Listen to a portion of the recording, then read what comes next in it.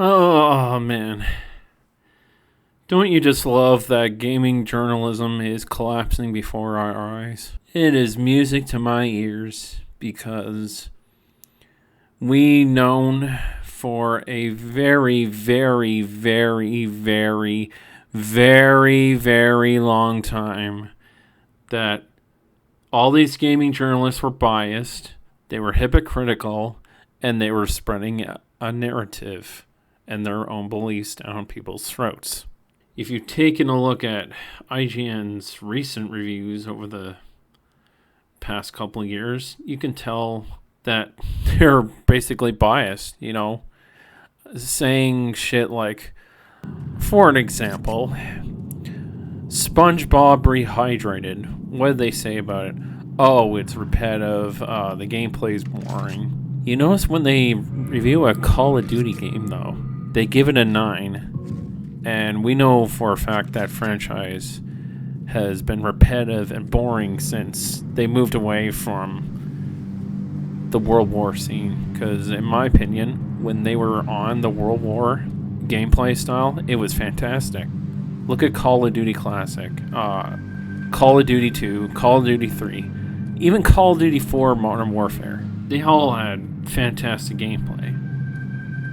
And then just the shit went downhill when they started modernizing it and made campaigns shorter and forced the multiplayer down your throat.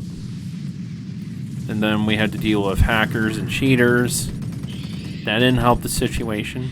It's interesting, I had a conversation with someone on Doomslayer's podcast, in the StreamYard.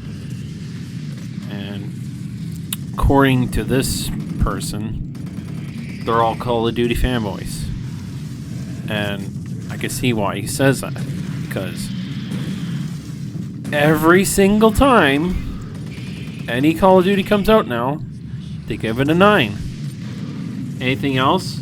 Well, depends if you pay them or not. If you pay them, they'll just kiss your ass and say the game is good.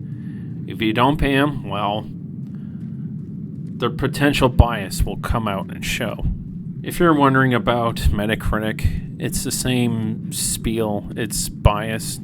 Metacritic really is a site that console fanboys try and use as ammunition to say game A is better than game F or whatever. And especially Kotaku. Oh boy, don't get me started on Kotaku. Oh, their toxicity is just over 9,000 at this point. If you don't know what's been going on recently, one of the IGN people got called out for the Stellar Blade situation. Because according to them, you're sexist if you like a female character with a gorgeous or sexualized body. People got upset over it, and they completely demolished the IGN person that was making the claims. And if you're wondering, yes, I'm well aware of, we can't make Resident Evil 5 remake because it's racist because it's in Africa. What? Are you fucking joking me? Because it takes place in Africa? Oh my. I thought we were over this stupid argument. Even as well, when the game first came out, the controversy started up again. Well, it popped up first. Then it started again in 2024, I should say. And YouTubers had to debunk their stupidity again. Yeah, man. If you ever want to look at a video game review, please, for the love of God, do not ever cite them as sources to buy your games. You are doing yourself a disservice by listening to these reviewers. You're better off to look at an actual reviewer that's not being paid to review games, because they're honest, they're not biased, and they're definitely not hypocritical. The sooner that gaming journalism gets destroyed, the better off gaming will be as a whole. Well, I would say temporarily. We still have the problem with triple A, or quadruple A now.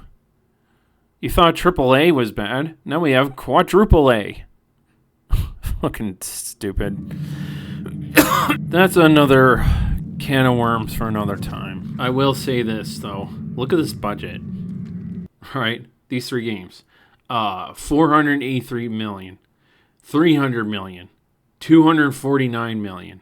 That's ridiculous. Yet these gaming journalists will praise these games like they're God or something. Even though we have the indie scene and these niche Japanese role-playing games that are coming out. But let's just disregard those because, you know, nothing can compare to a high-budget game. Am I right? Am I right, guys? Am I? Insert sarcasm. Gaming journalism continues to get worse. It continues to die little by little every day.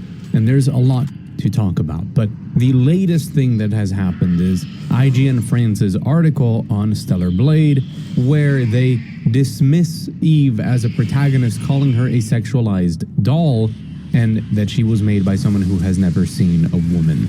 And this is really where we can have yet another example of how journalism is really losing the plot here. Now, the word journalism, until people started ruining it, used to carry with it a sense of authority. You're a writer at a publication that backs you, and you are meant to be more informed. You have more resources, more connections. You are privileged to more information and to a platform from which you can speak with that authority in your reporting. The moment that journalism is just dying is when we have these sorts of articles that just tell straight up lies about people. Because let's ask the real question here. How does IGN France know that Eve's design was that of a sexualized doll and that it was made by someone who has never seen a woman? I mean, that's obviously just an attack on the person, because even the most cursory research on Stellar Blade would lead you to seeing that Stellar Blade's Eve is based on the model Shin Jae-un. I believe I'm pronouncing that right.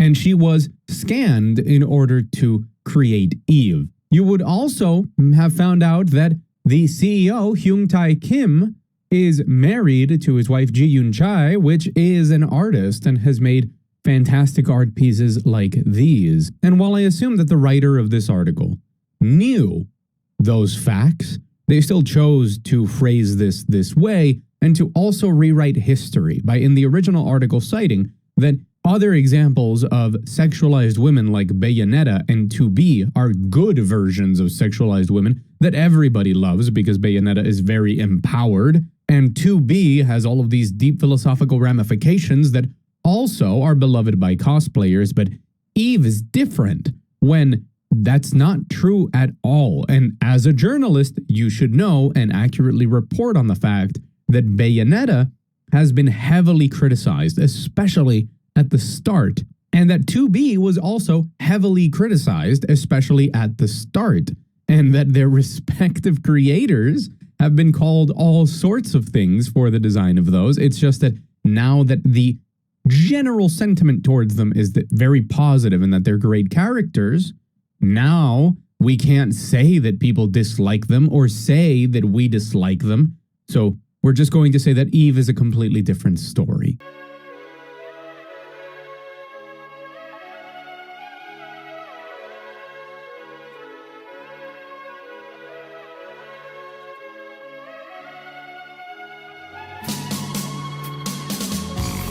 If I could turn the page in time, then I'd rearrange just a day or two.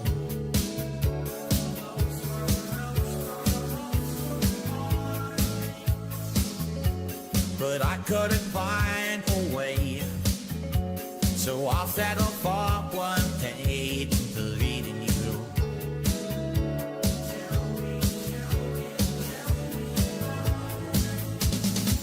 Tell me lies, tell me sweet little lies. Oh, no, you can't deny.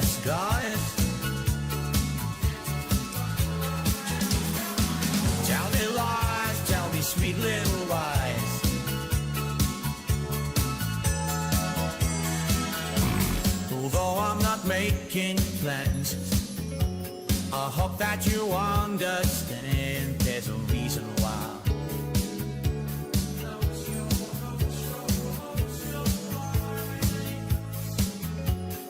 No more broken hearts. We're better off apart than together and try.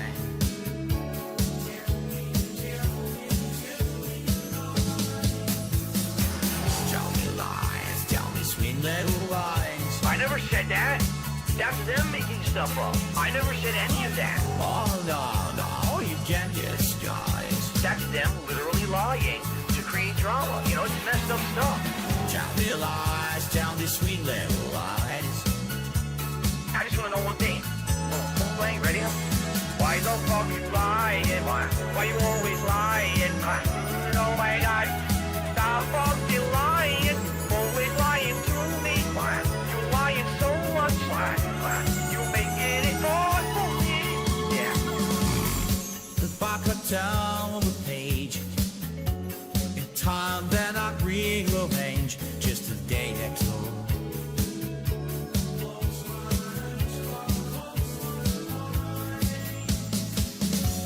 But I couldn't find a way, so I'll settle for one day to believe in you.